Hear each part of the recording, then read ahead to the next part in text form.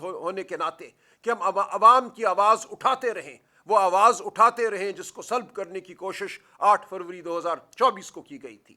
جس طرح سے مقدمے چلائے جا رہے ہیں، بابر اعوان صاحب مزید بات کریں گے، تفصیل سے آپ کو بتائیں گے خطے کی جو صورتحال ہے اور آگے ہمیں کہاں جانا ہے۔ علامہ ناصر بات کریں گے۔ آج ہم بات نہیں کر رہے اہل تشیع کے حوالے سے یا اہل سنت کے حوالے سے، ہم بات کر رہے ہیں مسلمان ہونے کے حوالے سے، ہم بات کر رہے ہیں پاکستانی ہونے کے حوالے سے، ہم پیار کی بات کر رہے ہیں، ہم یگانگت کی بات کر رہے ہیں۔ تو جو کچھ ہو رہا ہے اس کو رکنا چاہیے۔ عمران خان اس قوم کی آواز ہے، عمران خان وہ شخصیت ہے جو ایران میں بھی رول ادا کر سکتا ہے، جو افغانستان میں بھی رول ادا کر سکتا ہے۔ اس کی آواز کو مقید کر کے، بند کر کے آپ پاکستانی قوم پر ظلم ڈھا رہے ہیں۔ آپ کو یہ رویہ بدلنا ہوگا۔ عمران خان کی صحت کے حوالے سے ہمیں سخت تشویش ہے، عمران خان کی آنکھ کے حوالے سے ہمیں کوئی مصدقہ حقائق نہیں دیے جا رہے۔ سلمان صفدر صاحب کی رپورٹ جس میں یہ کہا گیا کہ 85% ان کی بینائی ضائع ہو چکی ہے، وہی وہ آخری رپورٹ ہے جس کو ہم مانتے ہیں۔ تو یہ کوئی وجہ نہیں ہے کہ آپ عمران خان کی صحت کے حوالے سے معاملات کو واضح نہ کریں۔ کیا وجہ ہے کہ آپ ان کے ذاتی معالجین کو، ان کے خاندان کو ان تک رسائی نہیں دیتے؟ کیا سازش ہے پاکستان کے سب سے بڑے قومی لیڈر کے خلاف؟ ہم تقاضا کرتے رہیں گے، ہم چپ نہیں بیٹھیں گے، اور ہماری یہ پوری خواہش ہے کہ یہ ملک خوشیوں کا گہوارہ بنے، امن کا گہوارہ بنے، ہم سب اکٹھے بیٹھیں اور اس ملک کی فلاح کے لیے سوچ کریں۔ لیکن آپ کا ارادہ یہ نظر آتا ہے کہ آپ اس ملک میں بربریت کے ذریعے انتشار پیدا کرنا چاہتے ہیں، آپ لوگوں پر ظلم ڈھانا چاہتے ہیں، جھوٹے مقدموں میں لوگوں کو سزا دینا چاہتے ہیں تاکہ اس ملک میں امن نہ ہو، آتشی نہ ہو۔ پرسوں میں گیا دعا کرنے ایک ایسے نوجوان کے گھر جو 35 سال کی عمر میں موت کی آغوش میں جا چکا ہے۔ 9 مئی کے بعد مہینوں وہ جیل میں رہا، اس کو ہسپتال کی ضرورت تھی، اس کو دل کا عرضہ لاحق تھا، اس کو ہسپتال نہ مل سکا اور باہر آ کر وہ اس دنیا سے رخصت ہوا۔ ایسی کتنی داستانیں ہیں۔ یہ نفرت کے بیج بونا بند کرو۔ تم پاکستان کی ہر گلی میں، ہر گاؤں میں نفرت بو رہے ہو۔ بند کرو یہ عمل خدا کے لیے۔ پیار کو موقع دو، امن کو موقع دو، مل بیٹھنے کو موقع دو۔ تو ہم حاضر ہوتے رہیں گے، ہم اپنی بات کرتے رہیں گے، ہم پیچھے ہٹنے والے نہیں ہیں۔ عوام کی آواز ہمارے لبوں سے گونجے گی۔ آپ ہمیں جیلوں میں ڈال دو گے اور یہاں آ کے بیٹھیں گے، وہ وہی بات کریں گے جو بات آج ہم کر رہے ہیں۔ شکریہ۔ علامہ۔ بسم اللہ الرحمن الرحیم۔ دیکھیں، ہمیں جس دور میں ابھی ہم رہ رہے ہیں اس کو صحیح طرح سے سمجھنا چاہیے کہ ہو کیا رہا ہے دنیا میں اس وقت، اور ہمارے اس خطے میں اور ہم صاحب جو ویسٹرن ایشیا ہے اس کے اندر آپ جانتے ہیں کہ ڈونلڈ ٹرمپ نے تمام قوانین کو پاؤں تلے رون دیا۔ وہ یونائٹڈ نیشن کو نہیں مانتا، وہ سیکورٹی کونسل کو نہیں مانتا، وہ کسی قانون اور ضابطے کو نہیں مانتا۔ جو قوانین اور ضوابط جب first world war, second world war کے بعد بنے تھے ایک نظم اور آرڈر دنیا میں لانے کے لیے، تو وہ نہیں مانتے کسی کو۔ وینزویلا میں اس نے اٹیک کیا اور وہاں کے آئل پر قبضہ کیا۔ وہ دنیا کے جہاں جہاں وسائل ہیں، جہاں جہاں امکانات ہیں، معدنیات ہیں، وہاں پر قبضہ کرنا چاہتا ہے۔ ایک اس کا ہدف ہے۔ ایک اسرائیل کا ہدف ہے، گریٹر اسرائیل، جو کہ امریکہ کا ہدف ہے کہ اسرائیل کو گریٹر بنانا ہے۔ اسرائیل بہت چھوٹا سا ہے، اس کی ڈیپتھ اور بیک نہیں ہے۔ ایران پر جو اٹیک ہوا ہے، ایران ان کی گریٹر اسرائیل کے راستے کی سب سے بڑی رکاوٹ ہے۔ اگر خدا نہ خواستہ ایران شکست کھا جاتا ہے، یہ پورا ریجن ٹوٹ جائے گا۔ انہیں ری سائز کر کے ری شیپ کرنا ہے۔ یہاں کے تمام آئل اینڈ گیس پر بھی قبضہ کرنا ہے، مسلمانوں کی طاقت توڑ دینی ہے، اور چائنا بھی کنٹین ہو جائے گا، اور shift of power from west to east کا پروسیس بھی رک جائے گا، کنٹرول ہو جائے گا۔ گویا یہ پورے ایسٹ پر اٹیک ہے، امت مسلمہ پر اٹیک ہے، اور جہان اپنا تمام اسلامی ممالک پر اٹیک ہے۔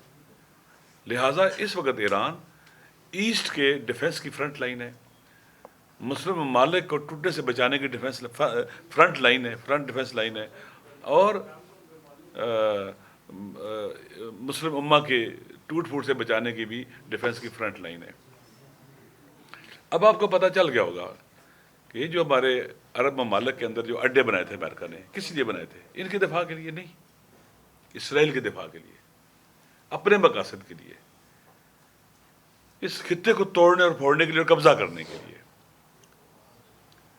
ابھی وہاں پر مذاکرات ہو رہے ہیں۔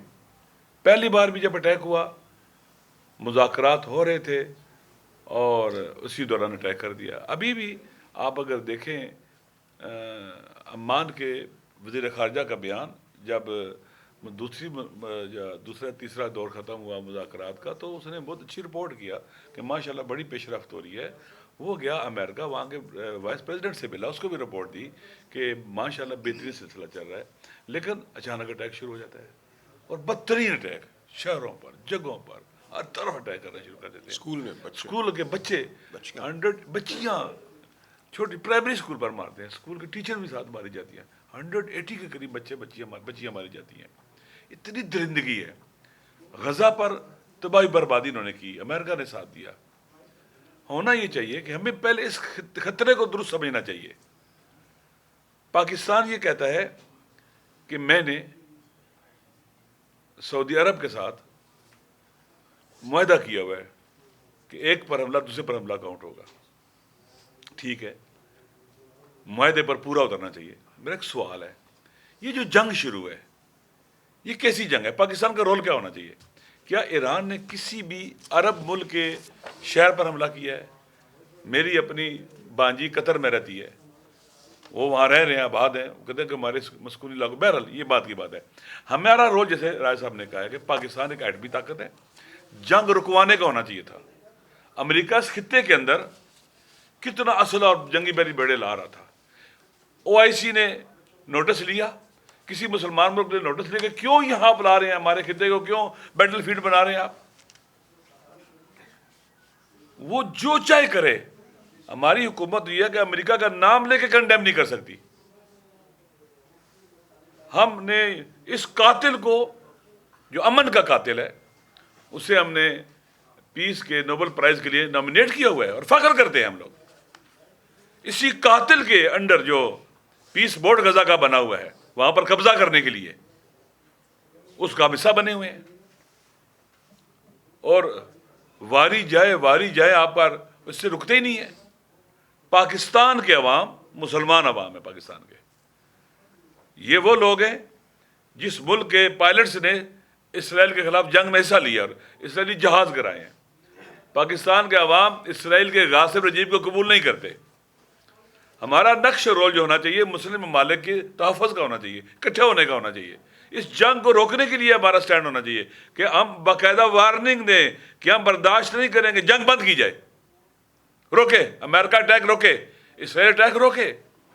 اسرائیل نے اپنے ہمسایہ ملک ابھی سیریا کے اوپر کتنی انکروچمنٹ کی ہے، کتنا تباہ کیا ہے.